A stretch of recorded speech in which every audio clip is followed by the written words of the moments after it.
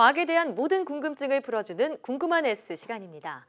우리 주변의 물체 대부분은 외부에서 밀거나 당기는 등 힘을 가해야만 움직이죠. 네, 그런데 힘을 가하지 않아도 스스로 움직이는 물체가 있습니다. 바로 자석인데요. 자석은 언제부터 등장한 물체이고 현대에서 어떻게 쓰이고 있을까요? 지금 바로 화면으로 만나보시죠. 안녕하세요. 과학의 모든 궁금증을 해결하는 궁금한 S의 요종입니다. 궁금한 S와 함께할 오늘의 이야기 만나볼게요. 영화에서 종종 등장하는 초능력이라고 하는 신비로운 능력은 예로부터 빠지지 않고 등장하는 단골 소재였습니다. 그중 물체에 손을 대지 않고 자유자재로 움직일 수 있는 염력은 대표적인 초능력들 중 하나로 꼽히고 있습니다.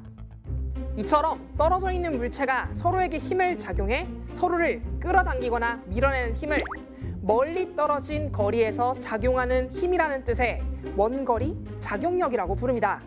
우리 주변에 흔히 볼 수 있는 자석은 바로 이 원거리 작용력을 쉽게 체험할 수 있는 도구이기도 하죠. 하지만 여러분, 상상해보세요. 과학이 발달하지 않은 고대인들에게 이 자석은 얼마나 신비로운 돌이었겠어요. 고대인들의 관점에서는 이러한 자석에 마법의 힘이 깃들었거나 정령이 숨어 있다고 해도 이상할 것이 없었을 거예요. 그렇다면 이러한 마법의 돌이었던 자석에 대해 최초로 연구를 시도했던 과학자는 누구였을까요? 오늘 궁금한 S에서는 자석의 역사와 우리 생활에서 어떻게 자석이 쓰이는지에 대해서 함께 알아보도록 하겠습니다. 윌리엄 길버트. 그는 자기학의 아버지로 불리는 자연 철학자였습니다. 나침반이 중국에서 처음 발명되고 널리 보급되면서 당시 유럽인들도 줄곧 나침반을 사용해 바다를 항해했지만 나침반의 자석이 어떠한 원리 때문에 방향을 알려주는지에 대해서는 그 누구도 명확하게 설명하지 못했었죠. 그래서 길버트는 자석에 관한 연구를 진행하기 시작했습니다. 그는 자석의 기원을 조사하면서 지구가 커다란 자석이라는 사실을 주장하게 됩니다.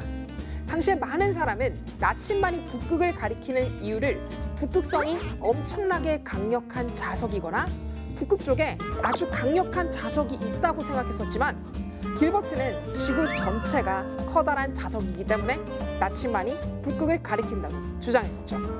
또한 마늘과 함께 자석을 두면 힘이 약해진다라거나 천연 자석을 이용하면 두통을 치유할 수 있다라 같은 그러한 미신이 틀렸다는 것을 증명하기도 했습니다.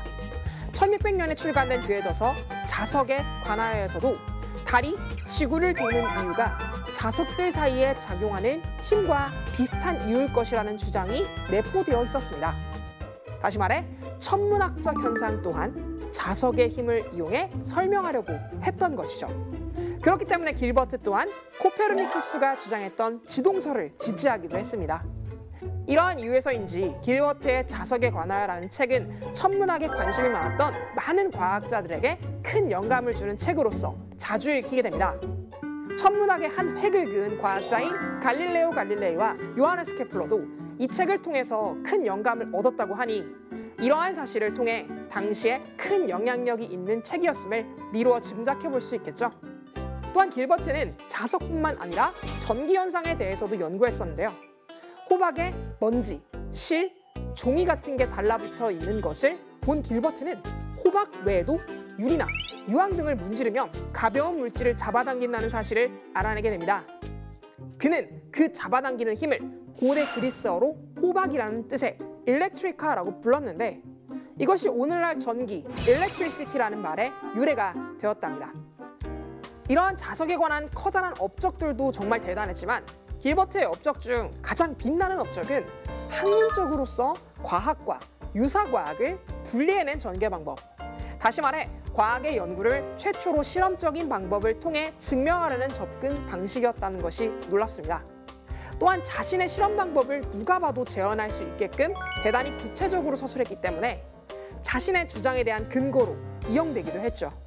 이러한 실험적 연구 태도 덕분에 갈릴레오 갈릴레이보다 더 일찍 최초의 근대 과학자라는 칭호를 얻을 수도 있었지만 아쉽게도 길버트는 자신의 주장에 대한 실험적 증명만 있었을 뿐 수학적 근거는 부실했기 때문에 최초의 근대 과학자라는 칭호는 갈릴레오 갈릴레이에게 돌아가게 되었습니다.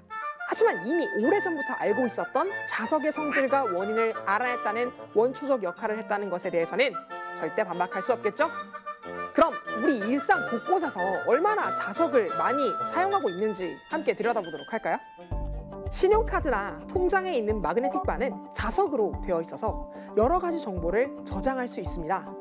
마트나 백화점에서 물건을 구매하지 않고 몰래 가지고 갈 때 삐삐하고 울리는 도난 방지 시스템도 자석의 원리를 이용한 것이랍니다. 우리가 밖으로 나갈 때 이용하는 출입문은 두 기둥 사이를 반드시 통과해야 합니다. 두 기둥 사이엔 코일이 칭칭 감겨져 있는데요. 한쪽 코일에서 특정한 주파수로 전류를 흘리면 다른 맞은편 코일에서도 유도 전류가 흐르게 됩니다. 그러면 두 기둥 사이에 자기장이 형성되는데요. 이 자기장은 전류를 흘린 쪽에서 유도 전류가 흐르는 방향으로 자기장을 만듭니다.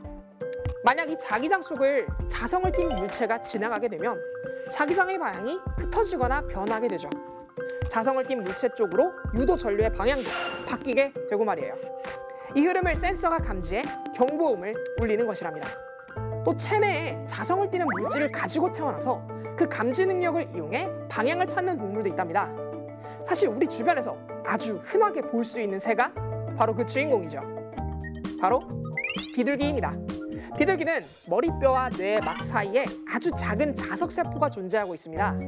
이 자석세포가 나침반과 비슷한 역할을 수행하기 때문에 비둘기는 방향을 쉽게 찾아 집을 잘 찾을 수 있다고 합니다. 정말 신기하지 않나요? 오늘은 신비한 마법의 돌, 자석에 대해서 함께 알아봤습니다. 윌리엄 길버트에 의해 전기와 자기로 나눠져 독립적으로 존재하던 이 학문은 이후 관련 연구에 매진했던 여러 자연철학자들에 의해서 진보, 발전되게 되면서 전자기하학이라는 이름으로 새롭게 탄생하게 됩니다. 그리고 이는 우리 주위의 자연현상과 물질의 성질을 이해하는 데 큰 역할을 해주었을 뿐만 아니라 편리한 생활을 안겨주는 계기가 되기도 했죠. 그럼 궁금한 S도 이만 인사드릴게요. 과학에 대한 궁금증이 있다면 언제든 YTN 사이언스 유튜브에 글을 남겨주세요. 이상 궁금한 S였습니다.